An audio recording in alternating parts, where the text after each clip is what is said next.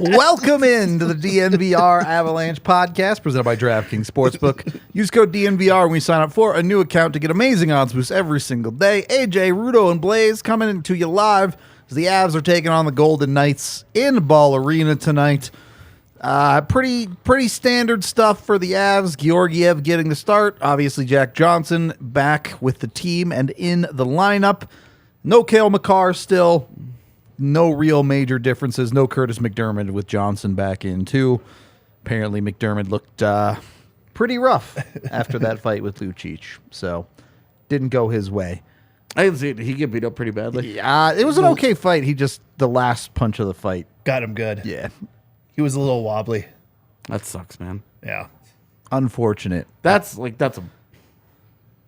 You worry about that. Of course. Yeah. You Like, never that's want the to see stuff where you're anybody like, get messed up. Oh, man. Is he gonna be screwed up in 20 years because of that fight? Oh, he's got two. It sounded like he had two shiners. Not What good. happens when your nose gets smashed. Yeah. Anyway, Chris McFarland did talk before the game and really didn't say a whole lot. Vagaries about the value of first-round picks and little more than that. But obviously the main topic, something we haven't fully talked about. We did a video on him, but Jack Johnson back with the Avs. Avs give up Shane Bowers. What did you two think of the Jack Johnson deal? They gave up Andreas Englund. Oh, wrong trade. That was for Keith Kincaid. My bad.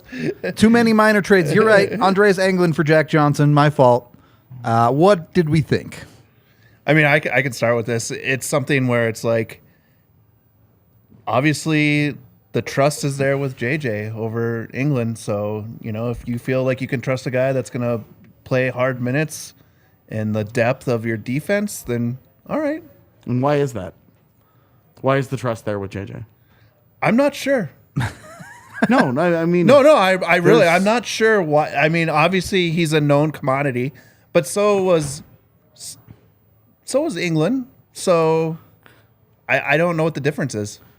So I think the difference comes down to Jack Johnson played an effective 12 minutes a night in your postseason run last year, and Andreas Englund has like 70 games played in the NHL. Yeah. And I think that's probably where they were just like, I've been saying it for a few weeks that it was obvious that the Avs still preferred Curtis McDermott over Andreas Englund for whatever reasons that might be. McDermott was still regularly in the lineup. Well, he was still the guy that, like, if there was going to be a scratch, if a guy got healthy, on Englund was first. They played 12-6 with McDermott in. And when they played, their ice time was pretty similar. For most of the time when they were both in the game as defensemen, their ice time was pretty similar. So it wasn't like they had like a strong on ice preference there, but it was obvious that they were like, hey, there's an extra element that we want with McDermott that we are valuing, that they have valued for 2 seasons now. They continue to value it. And with England, so it was obvious that England was not there on that pecking order. I keep seeing a lot of people being like, Andreas Englund may not have, like, he wouldn't have made it through waivers. I don't know how true that is. He might have gotten claimed. Obviously, an NHL team had some value for him because they traded for him. But I think that's as much of we'll just give him a look-see at the end of the year. He's a pending UFA. He's already a certain, he's already 27. Like, you're really not talking about like a real diamond in the rough here.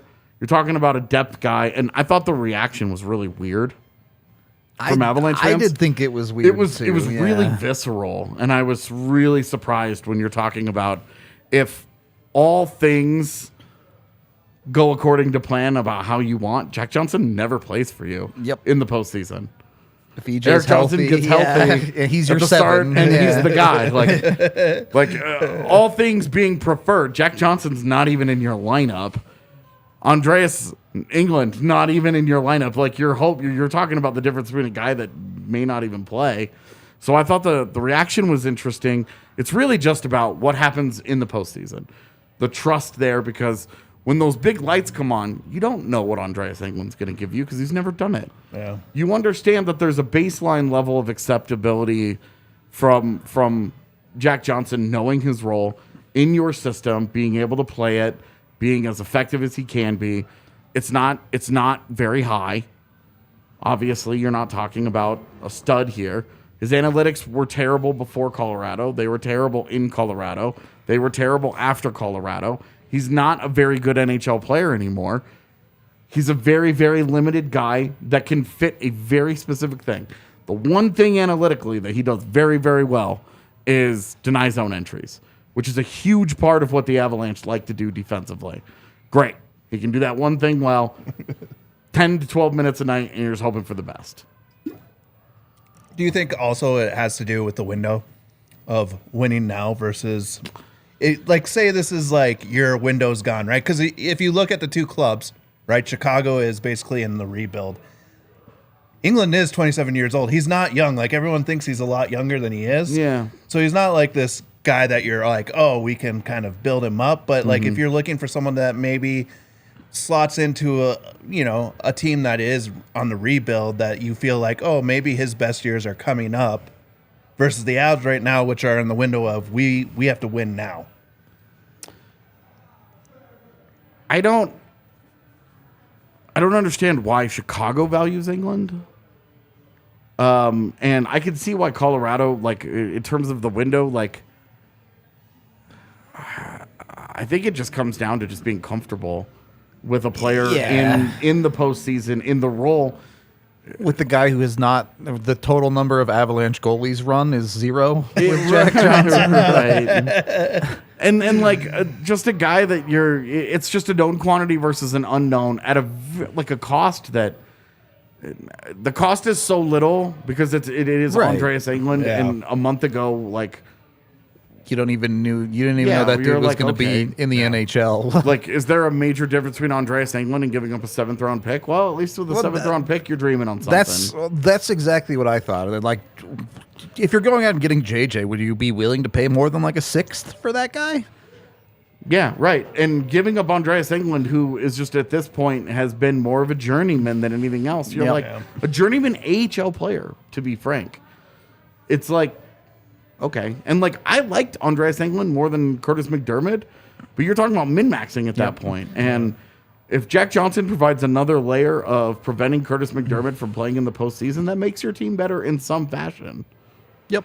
It's from Chicago's side, I will say I could kind of see if it's like, hey, this is a dude we could get to 100 NHL games if he looks okay with more minutes, which they can give him.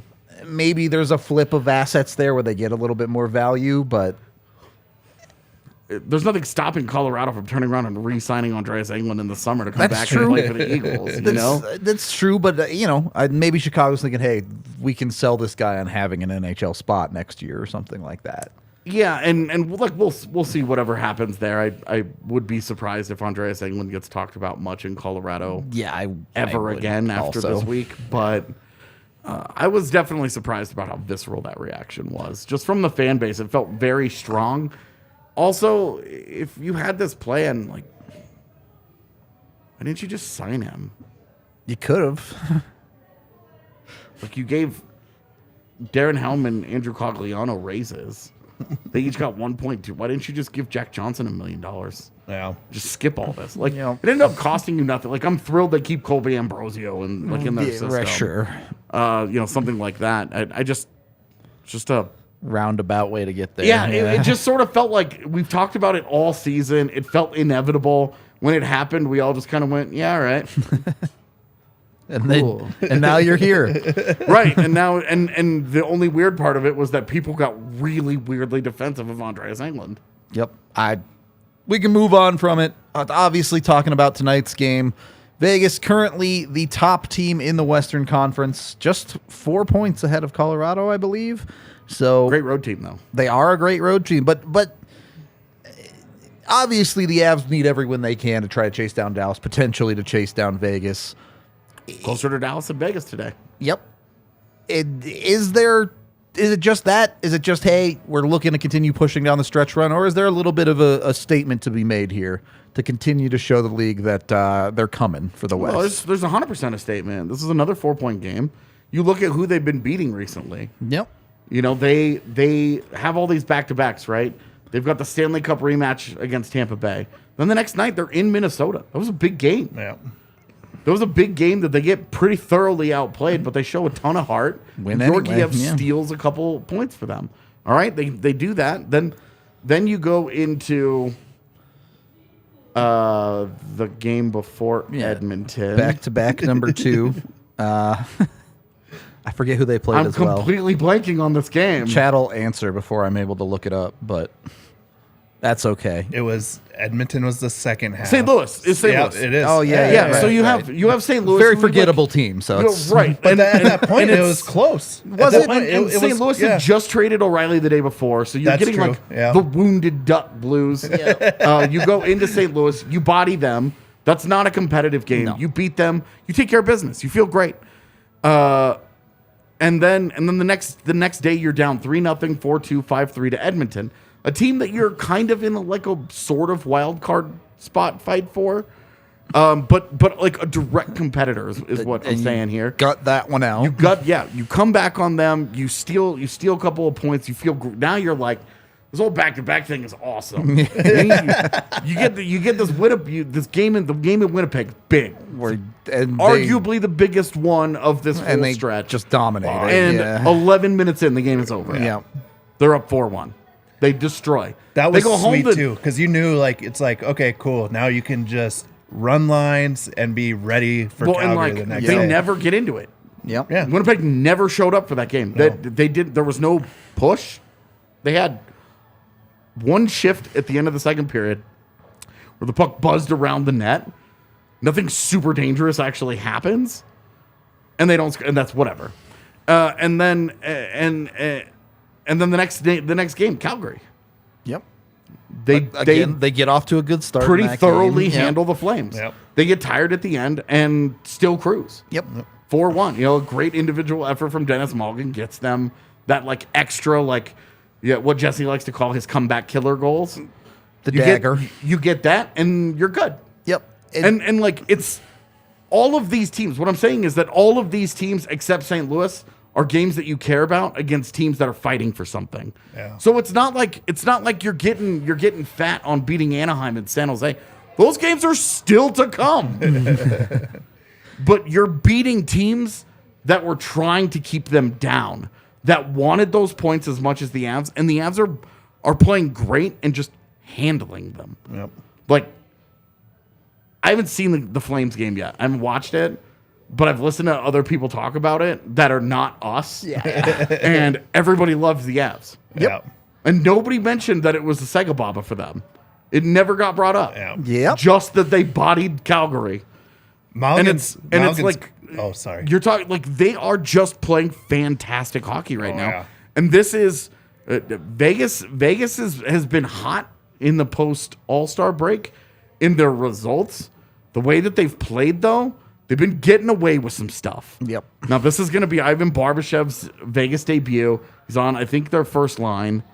We'll see. We'll see. But this is an opportunity for each team to kind of set the other one straight and be like, hey, and you're talking about strength on weakness. The Avs have not been very good at home relative to expectations. Vegas has been very good on the road. Vegas back on its BS too with its whole, how are we going to fit all these players in that we have? I mean, keep in mind, Not having Mark Stone is really, you don't have Mark Stone. That really does hurt them. You also have a mess in net right now, not just because Robin Leonard has been out, but you've seen Logan Thompson go through some injury stuff. Dude, Laurent Brossoit Played out of his mind. That save that he made in overtime, where he flipped over and got it with his goal. Holy shit. So while it's worked for them in net, the 3 games that Brossoit has played, actually they lost 2 of them in overtime. So I guess I shouldn't say it's worked. He's just played really, really well. Yeah. They do have some holes in their lineup right now a little bit. I don't know if I'm a big believer in Vegas. To me, right now, the West is the Avs to lose, if I'm honest with you. Yep. They have the opportunity to go, not run the table, but play very, very well down the stretch and potentially easily take the West. I mean, they are only just now starting to approach optimum health. Yep. Minus Landeskog. And obviously, no Cale Makar is going to continue to hurt them. But no Cale Makar has... They've been fine without him, really. Well, No Cale Makar has given Bowen Byram Exactly. a chance to be that, like, walks The in the room guy. dick first. Yeah. You know? That confidence that he just exudes. He plays like he's just like, oh, the bigger the opportunity, the hungrier he is to show that he can own that moment. And there's just something so special about a guy like that you're just like, I want to give him 32 minutes and just see if he ends up being the best player of all time. Like, where's the ceiling on this cat? Yeah.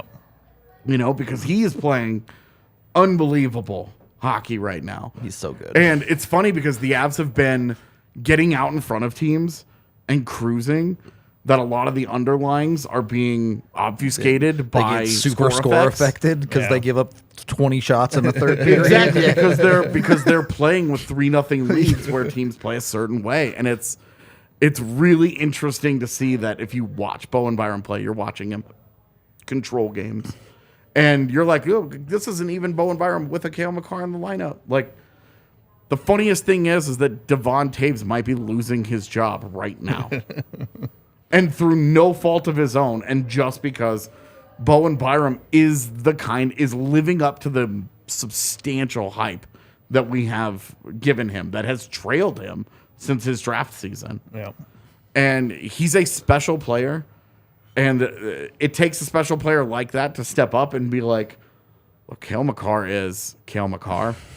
But I'm Bowen Byram. But the fact that they're like, you obviously miss Cale Makar. Yeah. But they're doing just fine. It doesn't feel like they're hanging on by their fingertips or anything. Exactly. Yeah. Well, and that just gives the coaches just so much room to play with, right? Like, you want to put those two cats together and just go out and dominate? Cool. And if you want to split it up and put them on two lines, great. Now you have two lines where you've got offensive weapons that also play stellar defense, too. That's the scary part. Because that's where the Avs are headed. Yeah. Not even where they are at the moment.